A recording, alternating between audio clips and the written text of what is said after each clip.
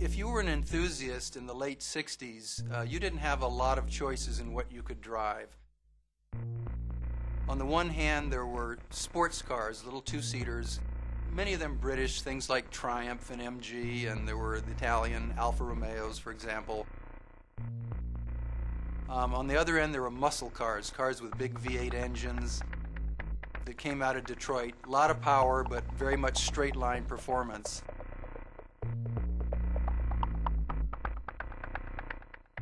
Luxury cars, as we knew them in those days, were defined by Cadillac and Lincoln. So for the most part, cars were big, cars were wallowy. There was perhaps a little bit of growing concern about environmentalism, growing concern about fuel efficiency. And also we had lots of interest left over from the 50s and the 40s even, with European cars and German cars eventually. So enthusiasts had their choices of either a small two-seater sports car or a big muscle car, but nothing kind of in the middle that combined a little bit more size and practicality with the sports car-like agility. And that's where BMW came in and filled that vacant spot.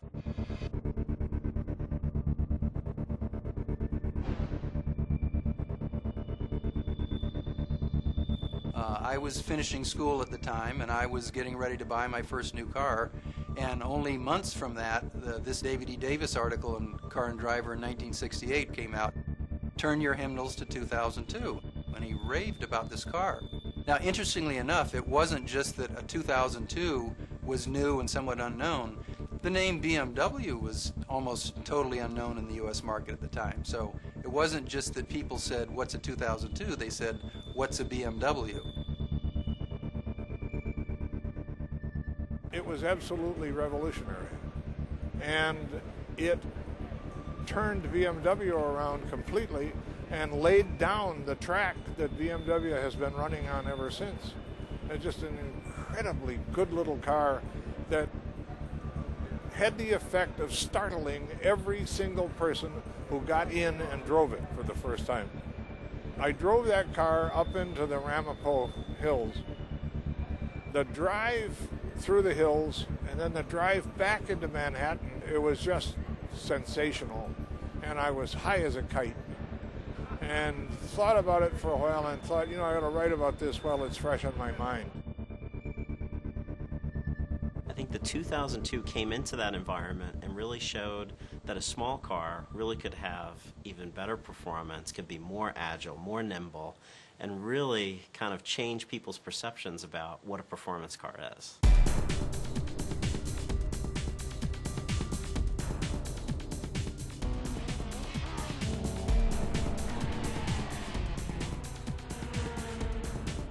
I think everybody looks back and points to that article as, the one piece that really put BMW on the map in the U.S.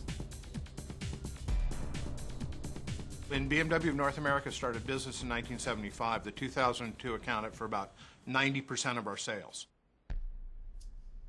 The sports sedan has captured the heart of the American public, and that's helped to create a whole category of its own in the United States. When the 2002 was introduced, I think that introduced the whole country to the new sports sedan, a car that's fun to drive. By definition, a sports sedan is compact, light, agile, yet practical. And the 3 Series does that better than any other sedan on the market. It helped define the concept, and even in its 5th generation, it's still the benchmark. A concept like a sports sedan in the 2002 sort of snuck up and surprised everybody. It was something that was totally unexpected. Well, it's an original. I mean, if you think about the 2002, which is the origins of the 3 Series, everybody who owned a 2002 or had anything to do with them loved the car. I mean, it was wonderful. It was the first really interesting sports car that a young couple could own. In other words, you could have babies and a sports car at the same time. It was a 4-seater car embodying pleasures of a sports car. An unpretentious looking little box that you got in, and all of a sudden you said, gee, this is great visibility, and all the controls seem to fit really well. and then it really went. I mean, it accelerated, and the brakes were good, and the handling were good, and the whole package. You were really at one with the whole package, and really at one with the environment, because the visibility was so terrific. If you remember, a lower belt line and great greenhouse on the car, so it was a very invigorating and involving experience. The time Detroit was trying to go low and swoopy, the 2002 was a little upright car. Plenty of room, you could see well in all directions. It just looked like it had dropped from another planet. That's our roots. That's where we started. That's where we built our customer base. That's what defined us. And then we expanded our model range upwards, and today outwards a little bit more. But the 3 Series is, where we began, and that's the core. So the sports sedan was created by the 2002. It's got practicality. It's got a real back seat. And I think it's been really the benchmark within the industry to try to replicate that.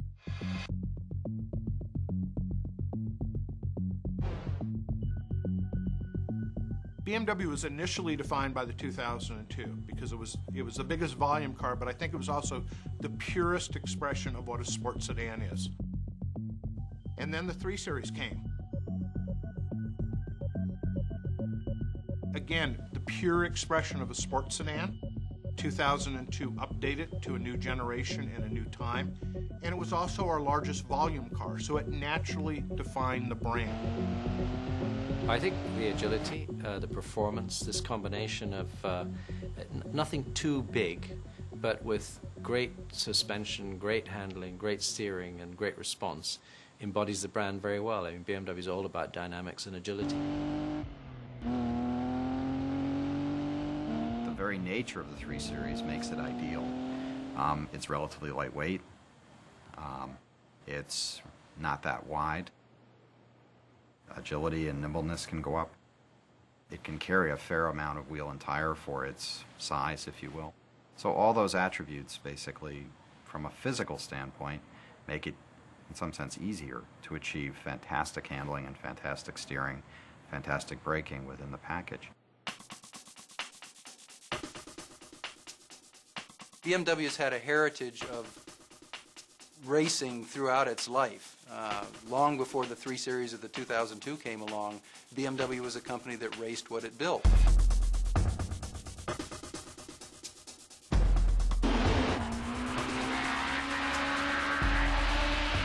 BMW had an awareness problem in 1975.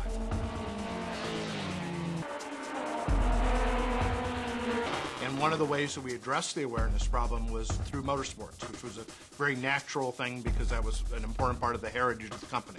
And we came up with, I think, what was the most exciting race car that BMW ever had, was the 320 Turbo.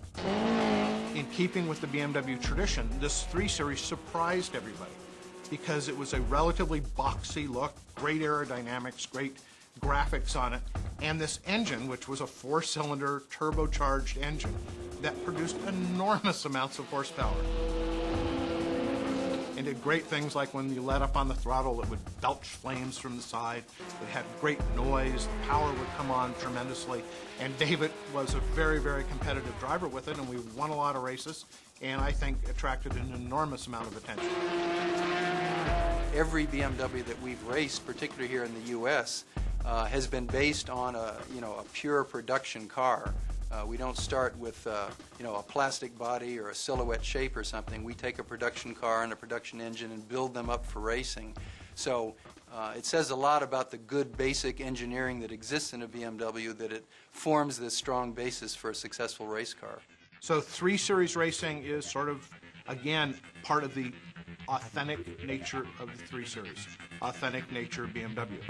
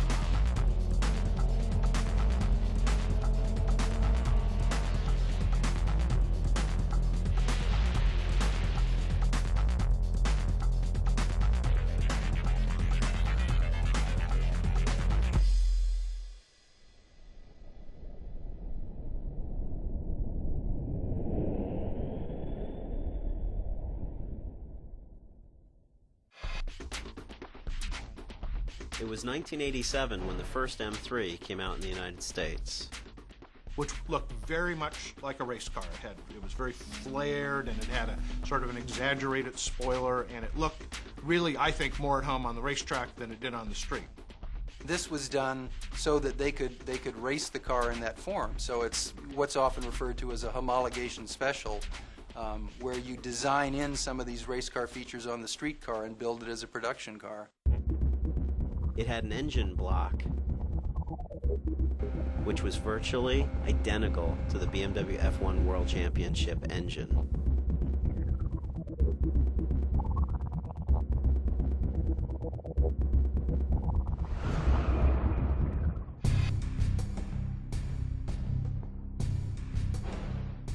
When you think about the E36, the important thing to remember is what was going on in the market when the model was introduced. It was 1991. The whole luxury performance market was in a sales slump. BMW was in a serious sales slump. Lexus had just entered the market and established itself as a real viable contender.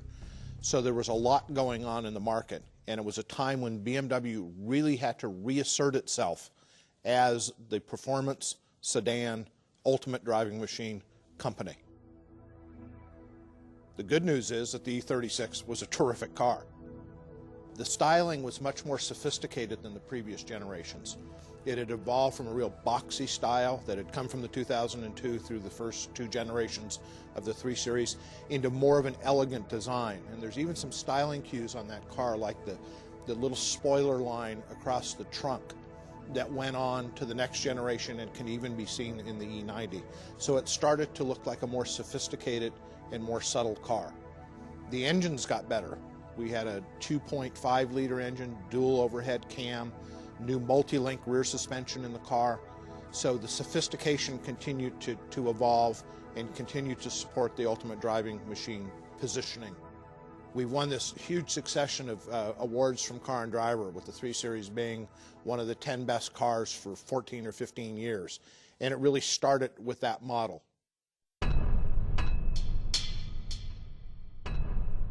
I think the growth of the 3 Series into several body styles has been one of the keys to its success. When the 3 Series was first launched, it was only a 2-door sedan.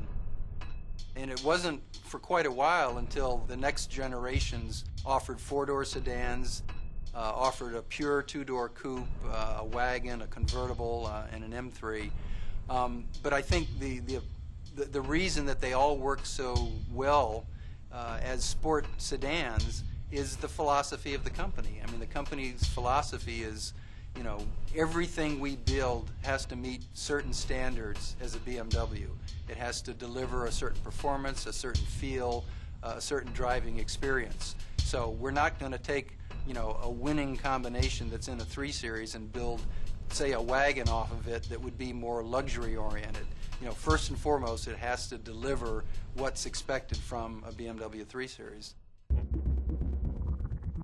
The 3 Series, without a doubt, is definitely the ultimate driving machine. It was definitely, I think when that tagline was conceived in the 70s, we were a smaller company where the 3 Series was just such an integral part of what BMW was. And I think to this day, it still has the embodiment of everything that BMW stands for. It's not the ultimate rowing machine. It's not the ultimate flying machine. It's not the ultimate riding machine. It's the ultimate driving machine. And when you think of machine, it's not the ultimate driving car. That's even general. But the idea that it's a machine, and what you immediately think of is this sort of mechanism, and especially the gears, and you think of the engine. And that is what BMW is about. It's about performance. And that's inherent in that tagline.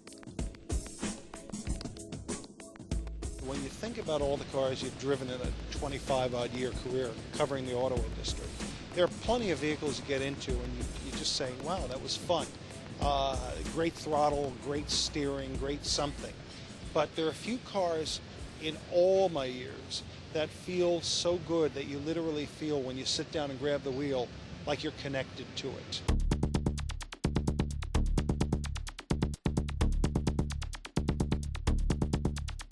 It's one of the few phrases, if you will, in the marketing world that has transcended generations. And I think it's because it so perfectly captures what you feel.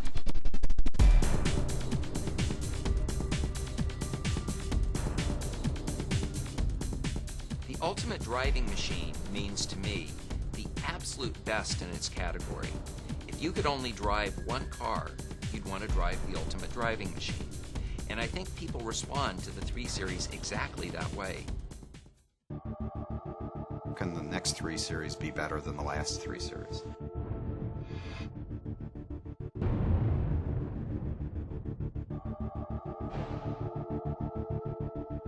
We're on our 5th generation, and the question's been asked 5 times.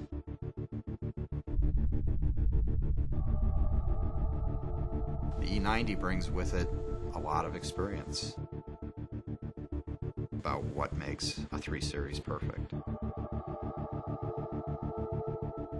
Consistency of purpose, excellence of execution.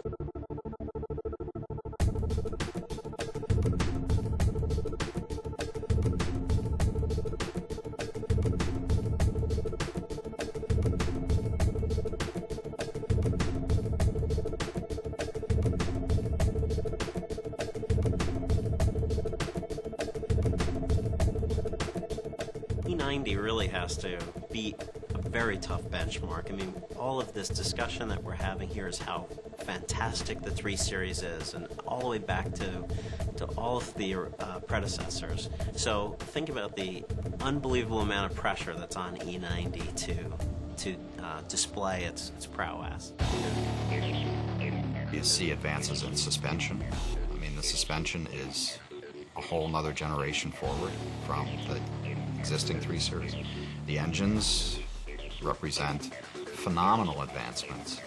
We bring Valvetronic to the engine, so we get extremely good responsiveness plus good fuel efficiency. We've gone for very lightweight, which makes the weight distribution even better in some sense. We've added safety features, so the E90 is an extremely safe vehicle.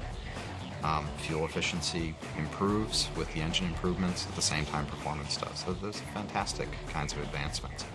The first engine that's ever used for production engine that's ever used magnesium and aluminium together. That gives it a much lighter weight, more specific performance. I think in many ways it's a grown-up 3 Series.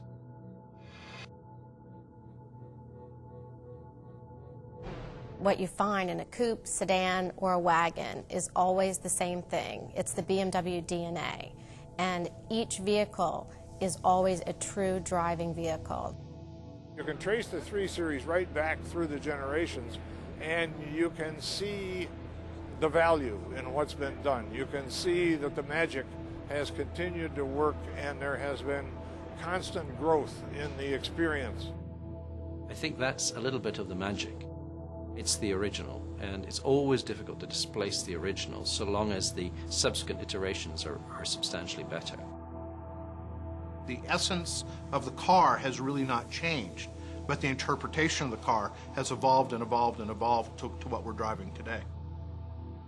That's the testament to the 3 Series. The 3 Series perseveres. The 3 Series has the longevity. It has all the pedigree from over 30 years of kind of knowledge. That's what really makes it different. The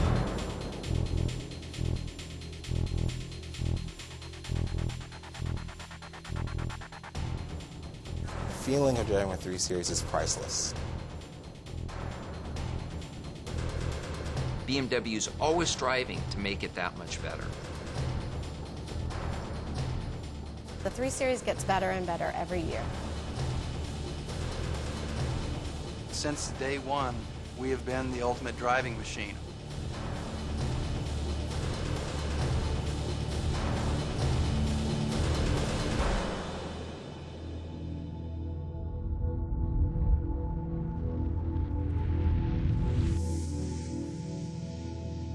All of our competitors build good cars. But then they drive the BMW and they have to say, I'm home.